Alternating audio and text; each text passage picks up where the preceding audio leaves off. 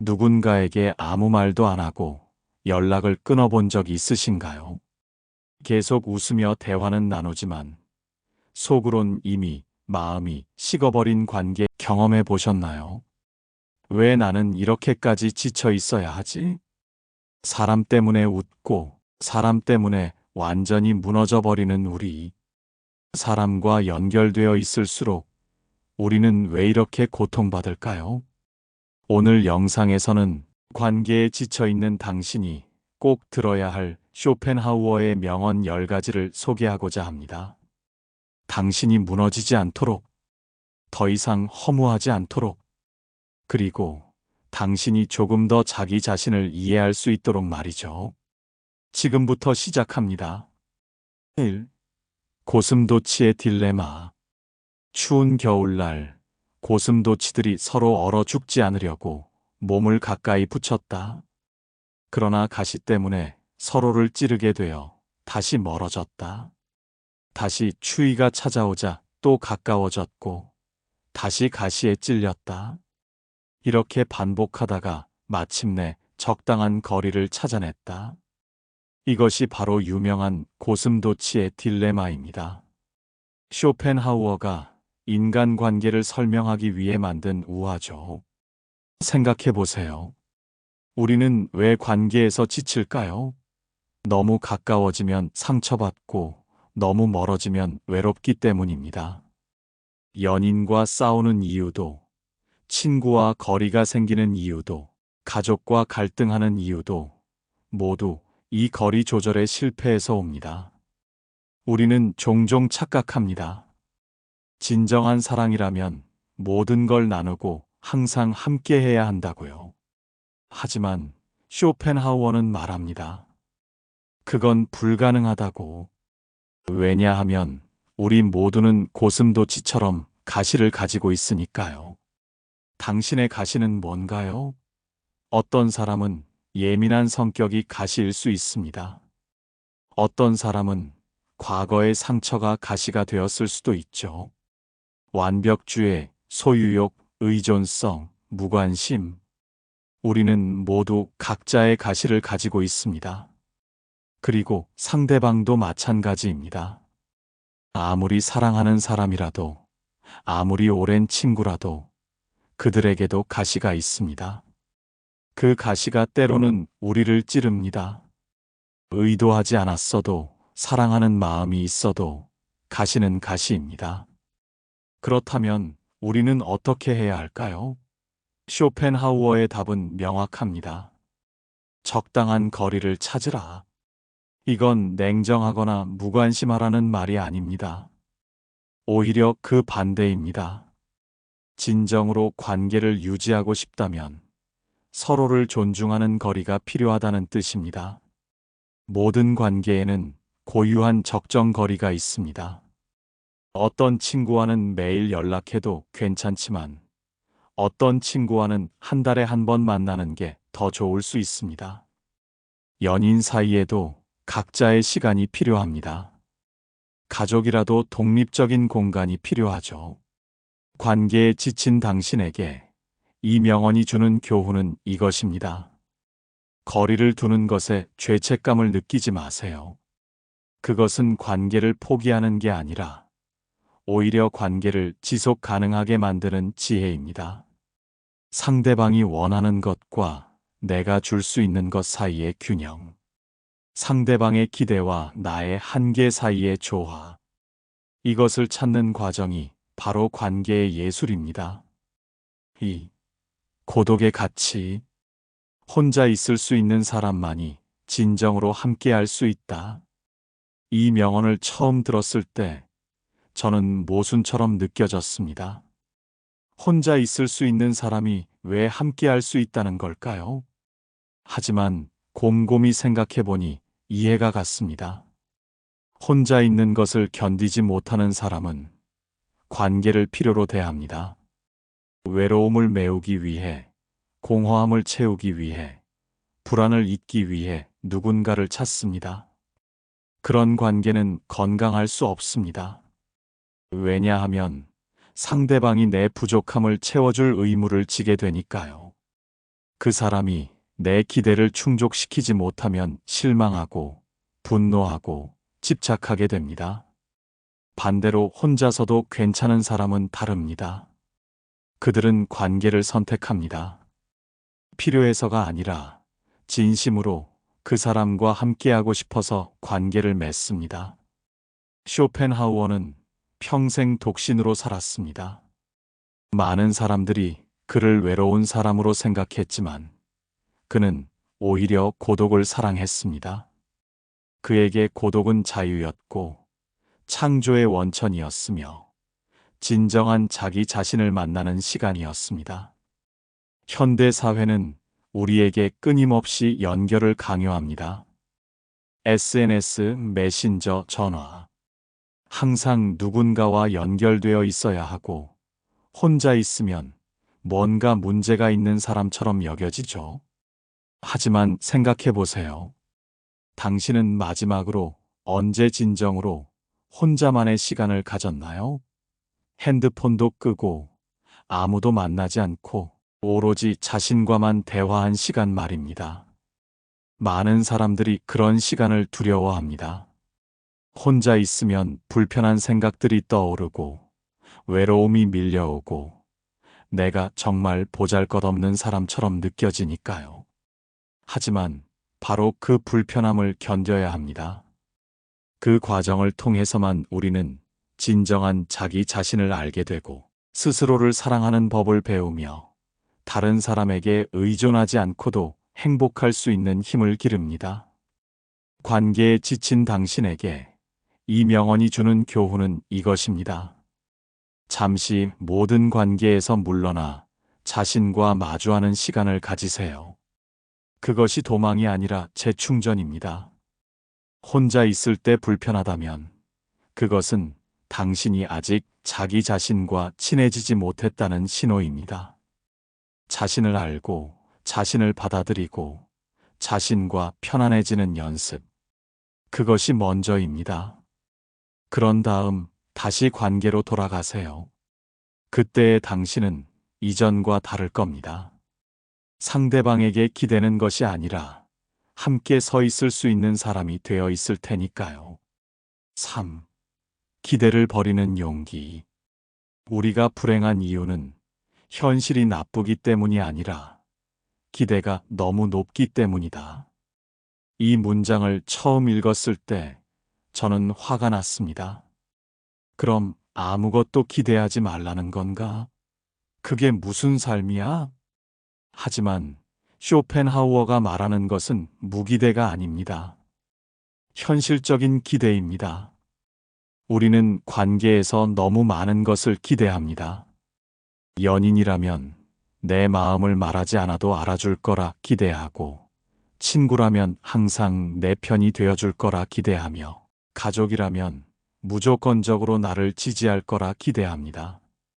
그리고 그 기대가 충족되지 않으면 배신감을 느낍니다.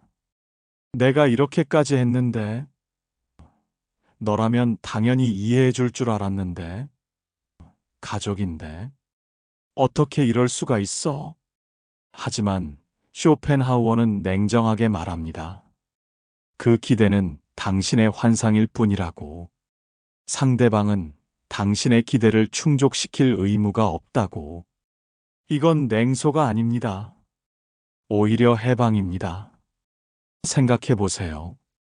당신이 다른 사람에게 기대하는 만큼 다른 사람도 당신에게 기대하고 있습니다. 그리고 당신도 그 기대를 항상 충족시킬 수는 없죠. 그렇다면 왜 상대방은 당신의 기대를 항상 충족시켜야 할까요?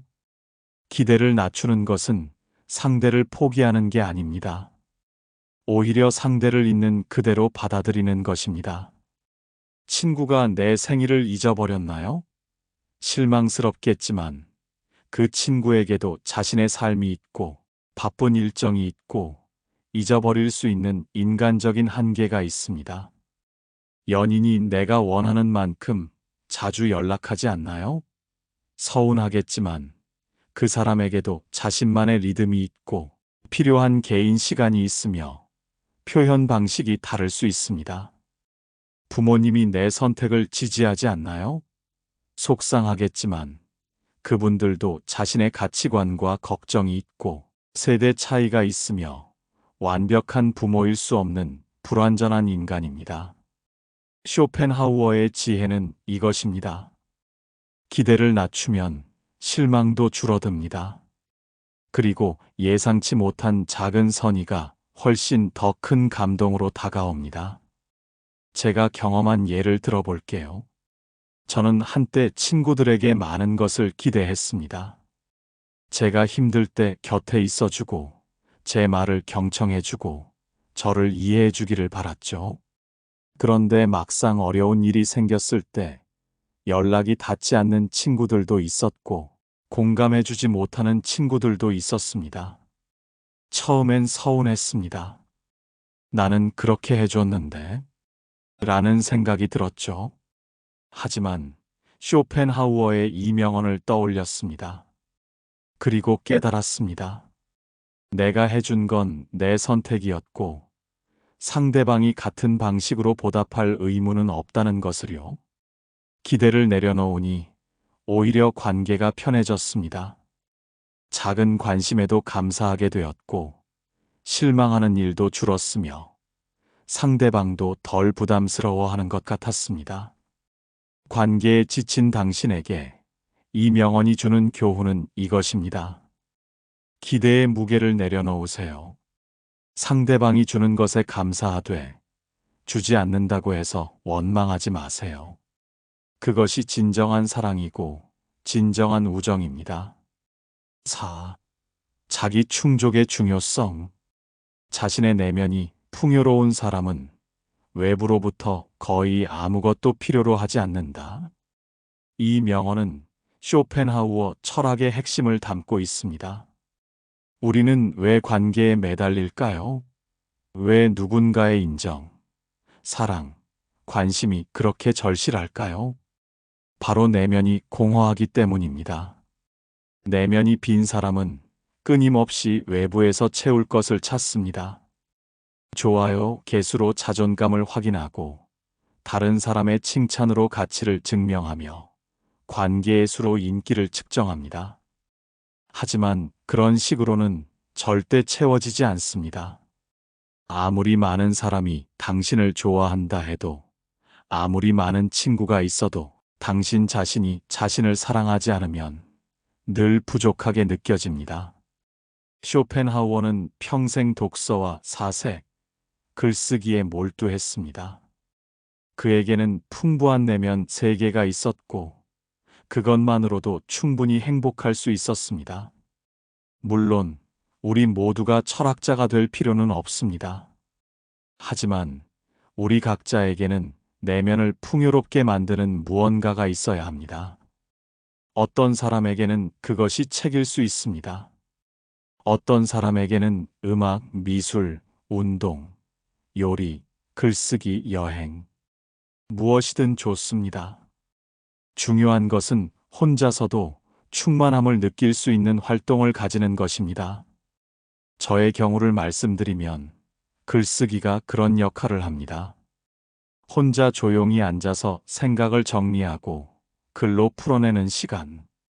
그 시간만큼은 누구도 필요하지 않습니다. 온전히 나 자신과 함께하며 내면의 세계를 탐험합니다. 처음엔 쉽지 않았습니다. 혼자 있으면 불안했고 끊임없이 핸드폰을 확인했으며 누군가와 이야기하고 싶었습니다. 하지만 조금씩 연습하면서 혼자만의 시간이 주는 평화를 알게 되었습니다. 그러자 신기한 일이 일어났습니다. 관계가 덜 절실해졌습니다. 여전히 사람들과 어울리는 것을 좋아하지만 예전처럼 그것에 의존하지는 않게 되었죠. 혼자 있어도 괜찮고 함께 있어도 좋은 사람이 된 것입니다. 쇼펜하우어가 말하는 것은 이것입니다. 진정한 자유는 내면으로부터 옵니다. 외부의 인정, 타인의 사랑에 의존하는 한 우리는 자유로울 수 없습니다. 하지만 내면이 풍요로워지면 우리는 비로소 자유로워집니다. 그리고 역설적이게도 그렇게 자유로워진 사람이 더 건강한 관계를 맺을 수 있습니다. 왜냐하면 그는 더 이상 상대방에게 자신의 공허함을 채워달라고 요구하지 않기 때문입니다. 관계에 지친 당신에게 이 명언이 주는 교훈은 이것입니다. 관계의 질을 높이고 싶다면 먼저 혼자서도 충만할 수 있는 내면을 가꾸세요. 그것이 선행되어야 합니다. 취미를 가지세요. 배움에 투자하세요. 자기 성찰의 시간을 가지세요. 내면의 정원을 가꾸는데 시간과 에너지를 쏟으세요.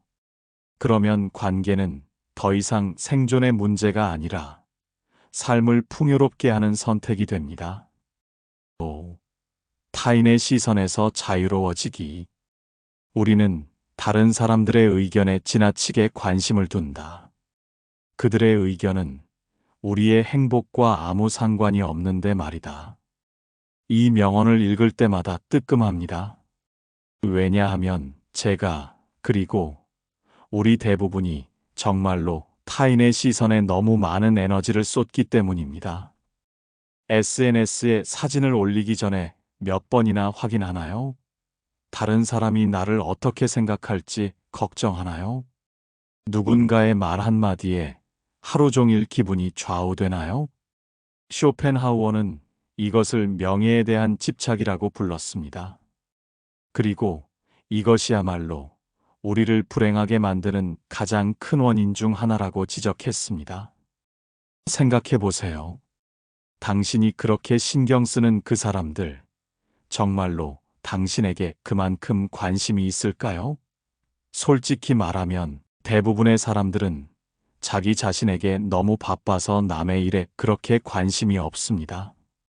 당신이 실수했다고 생각하는 그 순간, 당신은 밤새 그것을 떠올리며 괴로워하지만 다른 사람들은 진작 잊어버렸을 가능성이 큽니다.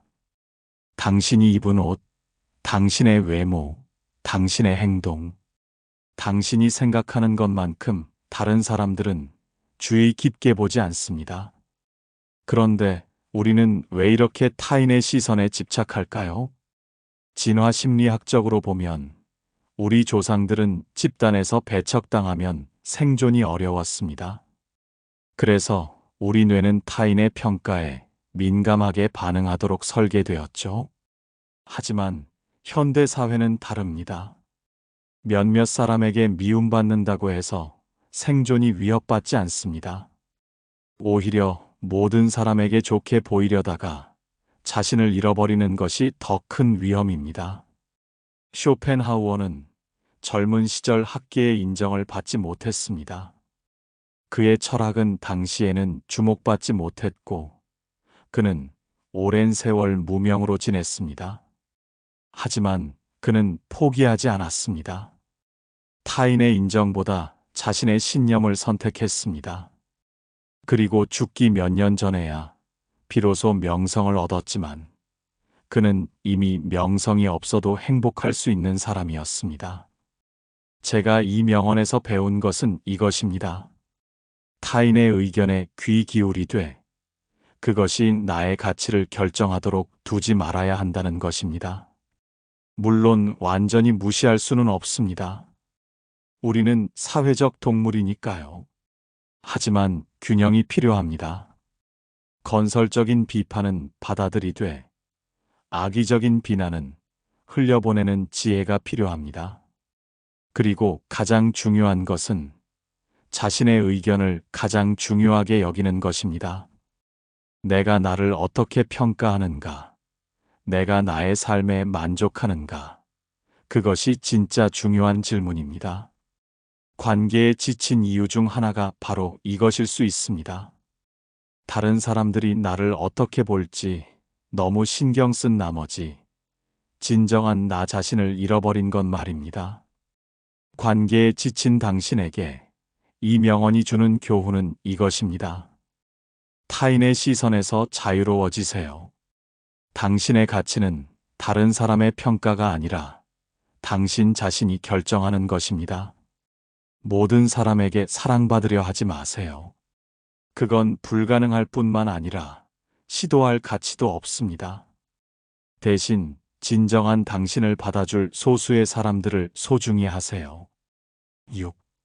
비교하지 않는 지혜. 우리의 불행은 우리가 가진 것이 적어서가 아니라 다른 사람이 가진 것을 부러워하기 때문이다.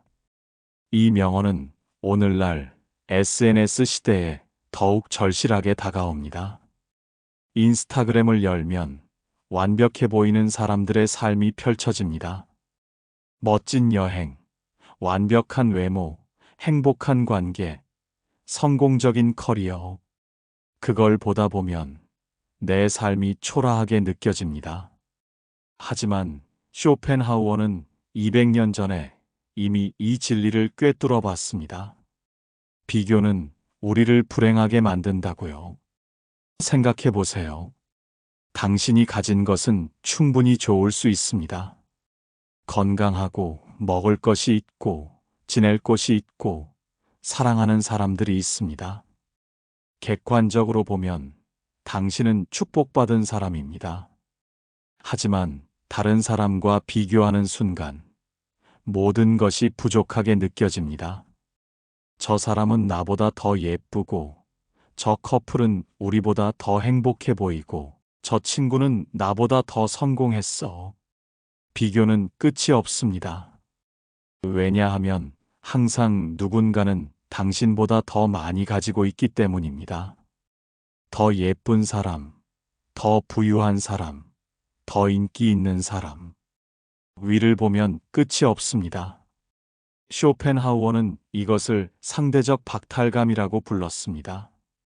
우리의 행복은 절대적인 기준이 아니라 상대적인 비교에 의해 결정된다는 것이죠.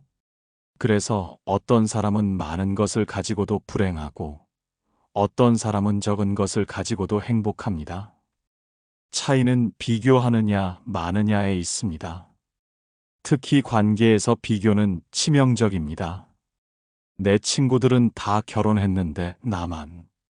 다른 커플들은 저렇게 로맨틱한데 우리는. 옆집은 저렇게 화목한데 우리 집은. 이런 비교는 현재의 관계를 망칩니다. 지금 있는 사람을 있는 그대로 보지 못하고 항상 다른 누군가와 비교하게 되니까요.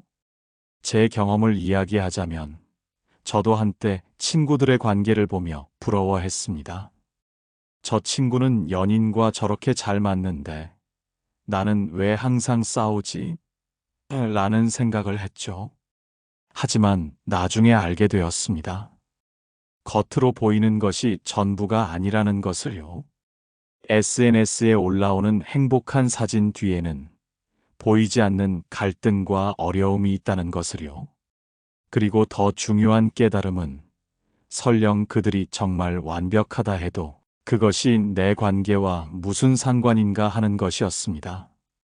쇼펜하우어의 지혜는 이것입니다. 각자의 삶은 고유합니다. 각자의 관계도 고유합니다. 비교 자체가 무의미한 것입니다. 당신의 관계는 당신만의 것입니다. 다른 커플이 매일 데이트를 한다고 해서 당신도 그래야 하는 건 아닙니다. 다른 친구들이 자주 만난다고 해서 당신도 그래야 행복한 건 아닙니다. 중요한 것은 나에게 무엇이 맞는가입니다. 우리에게 무엇이 좋은가입니다. 비교를 멈추는 연습을 해보세요. SNS를 잠시 끄는 것도 좋은 방법입니다. 다른 사람의 삶을 구경하는 대신 자신의 삶을 살아보세요. 그리고 감사일기를 써보세요.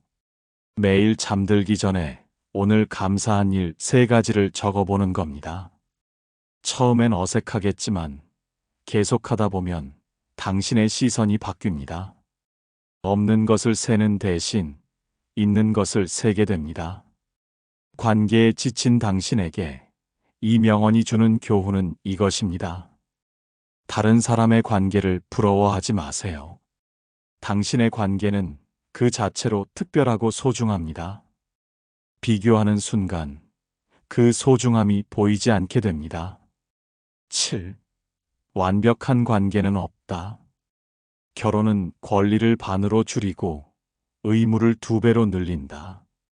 이 명언은 쇼펜하우어가 결혼에 대해 한 말인데 꼭 결혼뿐만 아니라 모든 친밀한 관계에 적용될 수 있습니다. 우리는 종종 환상을 가집니다. 완벽한 파트너를 만나면 모든 게 해결될 거야. 진짜 친구를 만나면 외롭지 않을 거야. 이상적인 관계를 맺으면 행복할 거야. 하지만 쇼펜하우어는 냉정하게 말합니다. 완벽한 관계는 없다고. 모든 관계는 대가를 요구한다고. 연인 관계에 들어가면 자유를 일부 포기해야 합니다. 혼자 결정할 수 있던 일들을 이제는 상의해야 하고 내 시간을 나눠야 하며 상대방의 기분과 필요를 고려해야 합니다. 친구 관계도 마찬가지입니다. 친구가 있다는 것은 축복이지만 동시에 책임도 따릅니다. 친구가 힘들 때 곁에 있어줘야 하고 때로는 내 일을 미루고 친구를 도와야 하며 갈등이 생기면 해결해야 합니다. 가족 관계는 말할 것도 없죠. 가족이라는 이름으로 얽매이는 것들이 얼마나 많습니까? 쇼펜하우어가 말하고자 하는 것은 관계를 맺지 말라는 게 아닙니다. 오히려 현실적인 기대를 가지라는 것입니다. 많은 사람들이 관계의 환멸을 느끼는 이유는 처음부터 비현실적인 기대를 했기 때문입니다. 이 사람이면 나를 완전히 이해해 줄 거야. 이 친구와는 절대 싸우지 않을 거야. 우리 가족은 다를 거야. 하지만 현실은 다릅니다. 아무리 사랑하는 사람이라도 때로는 당신을 이해하지 못합니다. 아무리 친한 친구라도 실망시킬 때가 있습니다. 아무리 가까운 가족이라도 갈등은 생깁니다. 그리고 그게 정상입니다. 그게 인간입니다. 제가 이 명언에서 배운 것은 수용의 중요성입니다. 관계의 밝은 면만 보려 하지 말고 어두운 면도 함께 받아들여야 한다는 것이죠. 연인과 함께하는 즐거움을 누리려면 때로는 답답함도 감수해야 합니다. 친구가 주는 위로를 받으려면 때로는 친구의 부탁을 들어주어야 합니다. 가족의 사랑을 누리려면 가족의 간섭도 어느 정도는 받아들여야 합니다. 이건 타협이 아닙니다. 현실주의입니다. 그리고 역설적이게도 이렇게 현실적인 기대를 가질 때 관계가 더 오래 갑니다. 왜냐하면 실망할 일이 줄어들기 때문입니다. 완벽한 관계를 기대했다가 실망하는 것보다 불완전한 관계를 받아들이고 그 안에서 행복을 찾는 것이 훨씬 현명합니다. 쇼펜하우어 자신은 평생 독신으로 살면서 친밀한 관계를 피했습니다. 어떤 사람들은 그를 비겁하다고 비난하지만 저는 다르게 생각합니다. 그는 자신의 한계를 알았고 자신에게 맞는 삶의 방식을 선택했을 뿐입니다. 물론 우리 모두가 쇼펜하우어처럼 살 필요는 없습니다. 대부분의 사람들에게 관계는 삶의 중요한 부분이니까요. 하지만 그의 지혜는 여전히 유효합니다. 관계에 지친 당신에게 이 명언이 주는 교훈은 이것입니다. 완벽한 관계를 찾으려 하지 마세요. 대신 불완전한 관계를 받아들이는 법을 배우세요. 그것이 진정한 성숙입니다. 모든 관계에는 빛과 그림자가 있습니다. 빛만 보려 하면 그림자에 실망하게 됩니다. 하지만 그림자까지 포함해서 사랑할 수 있을 때 비로소 진짜 사랑입니다. 해시태그 8 자신을 잃지 않는 관계. 누구든 자기 자신으로 남아있기 위해서는 많은 부분 혼자 있어야 한다. 이 명언은 앞서 이야기한 고독의 가치와 연결되지만 좀 더 구체적인 경고를 담고 있습니다. 관계 속에서 자신을 잃어버리는 사람들이 너무 많습니다. 연인의 취향에 맞춰 자신의 취향을 버리고 친구들의 의견에 맞춰 자신의 의견을 숨기고 가족의 기대에 맞춰 자신의 꿈을 포기합니다. 그리고 몇 년 후 문득 거울을 보며 생각합니다. 나는 누구지? 나는 뭘 좋아하는 거지? 나의 진짜 모습은 뭐지? 이것이 바로 쇼펜하우어가 경고하는 것입니다. 관계가 아무리 소중해도 자기 자신을 잃어서는 안 된다는 것이죠. 생각해 보세요. 당신이 당신이 아니게 된다면 상대방은 도대체 누구를 사랑하는 걸까요? 진짜 당신이 아니라 당신이 만들어낸 가면을 사랑하는 것 아닐까요? 진정한 관계는 서로가 서로 자신으로 존재할 수 있을 때 가능합니다. 내가 나인 채로 상대방이 상대방인 채로 함께할 수 있어야 합니다. 하지만 이게 쉽지 않습니다. 왜냐하면 우리는 사랑받고 싶고 받아들여지고 싶고 배척당하고 싶지 않기 때문입니다. 그래서 자신을 조금씩 바꿔가며 상대에게 맞춥니다. 처음엔 작은 것부터 시작합니다. 이 노래는 별로지만 내가 좋아하니까 괜찮아. 이 음식은 싫지만 내가 먹고 싶다니 가자. 이건 내 취향이 아니지만 내가 원하니까. 하나하나는 작은 것들입니다. 하지만 쌓이고 쌓이면 어느새 나는 온데간데 없고 상대방의 그림자만 남게 됩니다. 쇼펜하우어는 말합니다. 자기 자신으로 남기 위해서는 혼자 있는 시간이 필요하다고. 관계 속에서 잠시 빠져나와 나 자신과 대화하는 시간이 필요하다고. 저도 이것을 배우는데 오랜 시간이 걸렸습니다. 저는 사람들을 기쁘게 하는 것에 익숙했고 거절하는 것을 어려워했습니다. 그래서 항상 다른 사람의 필요를 먼저 생각했죠. 하지만 그렇게 살다 보니 어느 순간 제가 정말 원하는 게 뭔지 모르겠더라고요. 친구들이 넌 뭐 먹고 싶어? 라고 물으면 대답하지 못했습니다. 다들 좋은 거로 라고만 했죠.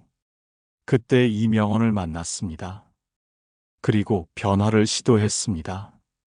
혼자 있는 시간을 의도적으로 만들고 그 시간 동안 나 자신에게 질문했습니다.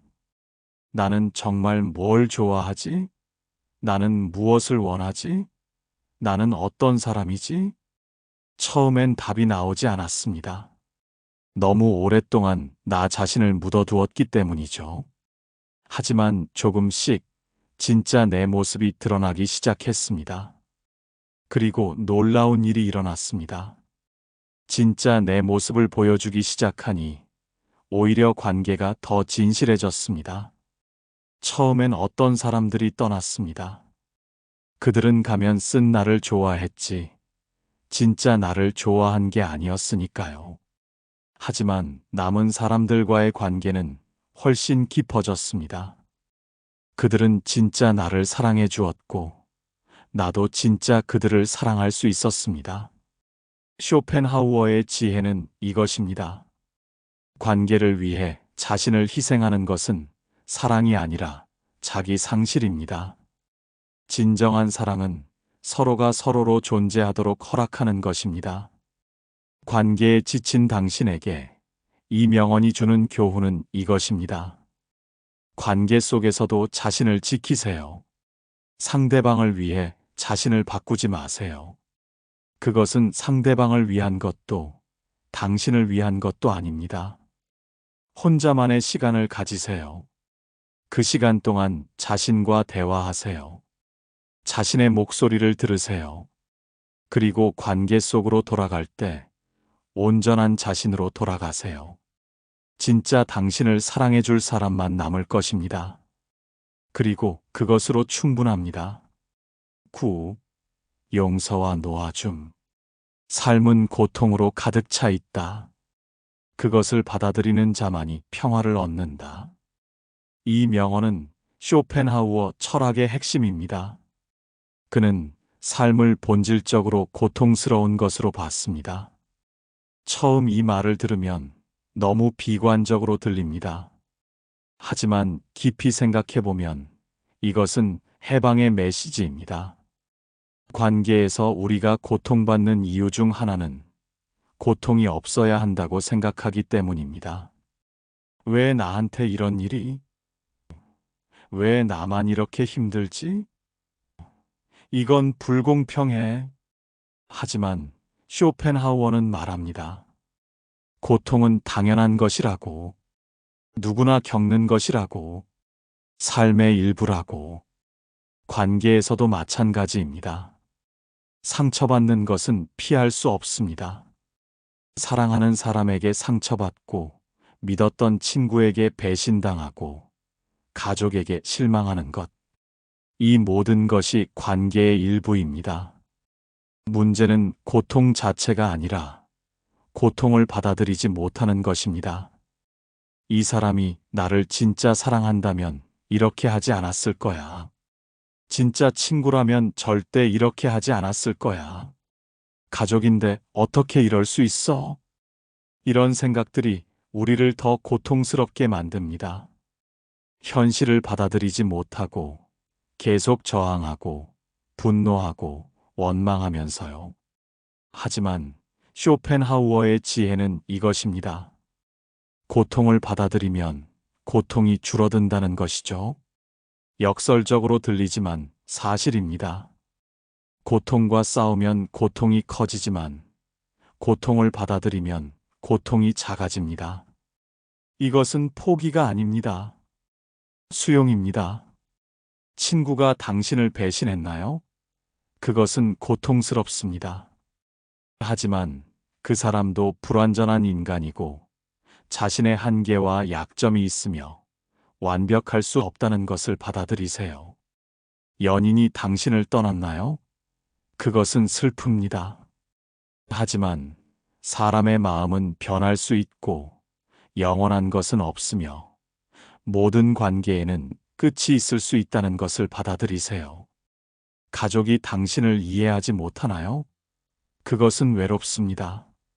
하지만 가족이라도 완전히 같은 사람일 수는 없고 서로 다른 관점을 가질 수 있으며 때로는 이해받지 못할 수 있다는 것을 받아들이세요. 이렇게 받아들이는 것이 용서의 시작입니다. 용서는 상대방을 위한 것이 아닙니다. 나 자신을 위한 것입니다. 용서하지 않으면 나는 계속 그 고통에 묶여 있습니다. 하지만 용서하면 나는 자유로워집니다. 용서한다는 것은 상대방의 행동이 괜찮았다고 인정하는 게 아닙니다. 그저 그 일이 나의 현재를 지배하도록 두지 않겠다는 결정입니다. 저도 오랫동안 용서하지 못한 사람이 있었습니다. 그 사람이 했던 말, 행동이 계속 제 마음속에 남아서 저를 괴롭혔죠. 밤마다 그 장면을 떠올리며 분노했고, 왜 나한테 그랬을까? 를 반복해서 물었습니다. 하지만 어느 순간 깨달았습니다. 그 사람은 이미 제 삶에 없는데 저는 여전히 그 사람에게 묶여 있다는 것을요. 제가 스스로를 감옥에 가둔 것이었습니다.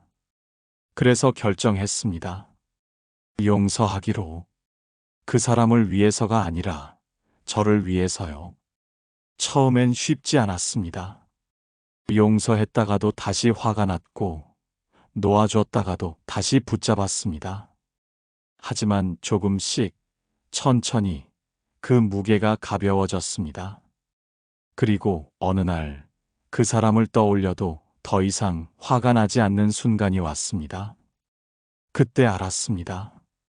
제가 진짜로 용서했다는 것을요. 쇼펜하우어는 말합니다.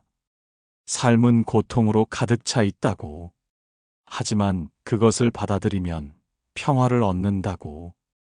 관계에 지친 당신에게 이 명언이 주는 교훈은 이것입니다. 관계에서 받은 상처를 붙들고 있지 마세요. 용서하고 놓아주세요. 그것이 당신을 자유롭게 할 것입니다. 완벽한 관계는 없고 완벽한 사람도 없습니다. 모두가 실수하고 모두가 상처를 주고 모두가 불완전합니다. 그것이 인간입니다. 그것을 받아들일 때 비로소 평화가 옵니다. 10. 삶의 의미는 관계 밖에 있다. 행복한 사람이란 자신이 원하는 것을 가진 사람이 아니라 원하지 않는 것을 원하지 않는 사람이다. 마지막 명언입니다. 이것은 쇼펜하우어 철학의 정수를 담고 있습니다. 우리는 평생 무언가를 원합니다. 더 좋은 직장, 더 많은 돈, 더 좋은 집, 그리고 더 좋은 관계. 이상적인 파트너를 만나면 행복할 거야. 진짜 친구를 만나면 외롭지 않을 거야.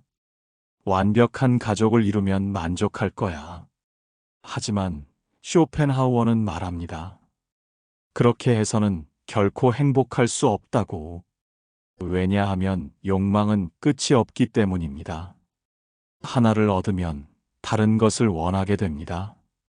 완벽한 파트너를 만나도 곧 그 사람의 불완전함이 보이기 시작합니다. 좋은 친구를 만나도 더 좋은 친구를 원하게 됩니다. 진정한 행복은 무언가를 얻는 데 있지 않습니다. 원하지 않는 법을 배우는 데 있습니다. 이것이 바로 쇼펜하우어가 말하는 의지의 부정입니다.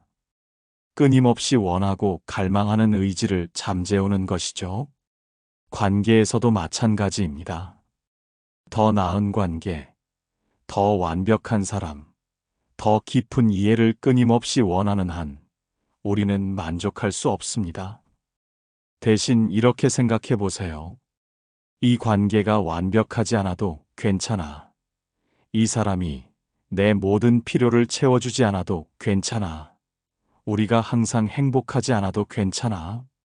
이것은 체념이 아닙니다. 해방입니다. 완벽을 원하지 않으면 불완전함에 실망하지 않게 됩니다. 더 많은 것을 원하지 않으면 가진 것에 감사하게 됩니다. 변화를 원하지 않으면 있는 그대로를 받아들이게 됩니다. 그리고 역설적이게도 그렇게 원하지 않게 되면 이미 가진 것의 가치가 보이기 시작합니다. 당신 곁에 있는 사람, 완벽하지 않지만 당신을 아끼는 그 사람, 항상 이해해주진 못하지만 당신을 사랑하는 그 사람, 때로는 실망시키지만 당신을 떠나지 않는 그 사람, 그 사람의 가치가 보입니까? 더 나은 누군가를 찾는데 급급하다 보면 지금 곁에 있는 사람의 소중함을 놓치게 됩니다. 저도 이것을 배우는데 오랜 시간이 걸렸습니다. 저는 항상 더 나은 것을 원했습니다. 더 완벽한 관계, 더 이해심 많은 친구, 더 지지해주는 가족. 하지만 쇼펜하우어를 읽으며 깨달았습니다. 제가 원하는 그 완벽한 관계는 존재하지 않는다는 것을요. 그것은 제 머릿속의 환상일 뿐이라는 것을요. 그래서 연습했습니다. 원하지 않는 연습을, 완벽을 바라지 않는 연습을, 있는 그대로를 받아들이는 연습을. 쉽지 않았습니다. 우리 문화는 끊임없이 더 많이 원하라고, 만족하지 말라고, 계속 추구하라고 가르치니까요. 하지만 조금씩 변화가 일어났습니다. 친구가 약속을 지키지 못했을 때 예전처럼 더 나은 친구였으면이라고 생각하는 대신 그래도 이 사람은 나를 진심으로 아끼는구나라고 생각하게 되었습니다. 연인이 제 마음을 완전히 이해하지 못할 때 완벽한 사람이었으면이라고 바라는 대신 그래도 이 사람은 나를 이해하려고 노력하는구나라고 느끼게 되었습니다. 가족이 제 선택을 지지하지 않을 때 다른 가족이었으면이라고 원망하는 대신 그래도 이들은 나를 걱정해서 그러는 거구나라고 받아들이게 되었습니다. 그리고 놀라운 일이 일어났습니다. 제가 덜 원하게 되자 더 많은 것이 보였습니다. 제가 덜 바라게 되자 더 많은 것을 얻게 되었습니다. 제가 덜 추구하게 되자 더 많은 것이 저에게 왔습니다. 이것이 쇼펜하우어의 역설입니다. 원하지 않음으로써 얻는 것, 바라지 않음으로써 채워지는 것, 추구하지 않음으로써 도달하는 것. 여러분도 시도해 보세요. 오늘 하루만이라도 관계에서 무언가를 원하지 않는 연습을 해보세요. 완벽한 대화를 원하지 마세요. 완전한 이해를 바라지 마세요. 끝없는 애정을 추구하지 마세요. 그냥 있는 그대로를 보세요. 불완전하지만 진실한 그 순간을, 완벽하지 않지만 소중한 그 사람을. 그러면 알게 될 것입니다. 삶의 의미는 관계 밖에 있다는 것을. 더 정확히 말하면 관계에 대한 끊임없는 욕망 밖에 있다는 것을. 진정한 의미는 원하지 않음 속에서 발견됩니다. 쇼펜하우어는 염세주의자로 알려져 있지만 저는 그를 현실주의자로 봅니다. 그는 장밋빛 환상을 팔지 않았습니다. 대신 냉정하지만 정직한 진실을 말해 주었습니다. 그리고 그 진실이 저에게는 위로가 되었습니다. 왜냐하면 제 고통이, 제 어려움이 저만의 것이 아니라는 것을 알게 되었으니까요. 관계가 힘든 것은 당연한 것이고, 완벽한 관계를 찾지 못하는 것도 당연한 것이라는 것을요. 그리고 그것을 받아들이니 오히려 가벼워졌습니다. 완벽을 추구하는 것을 멈추고 불완전함 속에서 아름다움을 발견하게 되었습니다. 관계에 지친 당신에게 하고 싶은 말이 있습니다. 당신이 관계에서 힘들어하는 것은 당신이 부족해서가 아닙니다. 당신이 뭔가 잘못해서가 아닙니다. 그것은 관계의 본질이 그런 것입니다. 모든 관계에는 어려움이 있습니다. 가장 행복해 보이는 커플도, 가장 친해 보이는 친구들도, 가장 화목해 보이는 가족도 각자의 고통과 갈등이 있습니다. 그러니 당신만 힘든 게 아닙니다. 우리 모두가 힘듭니다. 하지만 쇼펜하우어가 가르쳐 준 것처럼 그 어려움을 받아들이고 현실적인 기대를 가지고 자기 자신을 먼저 사랑하면 관계는 조금 더 견딜만해집니다. 완벽한 관계를 찾으려 하지 마세요. 대신 불완전한 관계 속에서 행복을 찾는 법을 배우세요. 상대방을 바꾸려 하지 마세요. 대신 당신이 상대방을 바라보는 시선을 바꾸세요. 모든 사람에게 사랑받으려 하지 마세요. 대신 진정한 당신을 받아줄 소수의 사람들을 소중히 하세요. 그리고 가장 중요한 것, 관계가 당신 삶의 전부가 되지 않도록 하세요. 당신 자신의 내면을 풍요롭게 만들고 혼자서도 행복할 수 있는 사람이 되세요. 그러면 관계는 더 이상 짐이 아니라 축복이 됩니다. 쇼펜하우어는 200년 전에 살았던 사람이지만 그의 지혜는 오늘날에도 여전히 유효합니다. 아니, 어쩌면 SNS와 과잉 연결의 시대를 사는 우리에게 더욱 절실한 메시지일지도 모릅니다. 관계에 지쳤다면 잠시 멈추세요. 쇼펜하우어의 말처럼 혼자 있는 시간을 가지세요. 자신과 대화하세요. 자신을 돌아보세요. 그리고 다시 관계로 돌아갈 때 조금 더 가벼운 마음으로, 조금 더 현실적인 기대로, 조금 더 자유로운 영혼으로 돌아가세요. 당신은 혼자서도 충분히 가치 있는 사람입니다. 관계가 당신의 가치를 증명하는 것이 아닙니다. 당신은 이미 완전합니다. 그것을 잊지 마세요. 긴 영상 끝까지 함께 해주셔서 감사합니다.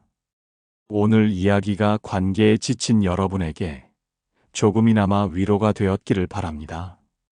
여러분, 오늘도 수고하셨습니다. 관계가 힘들어도 당신은 잘하고 있습니다. 지금까지 느린지혜였습니다. 감사합니다.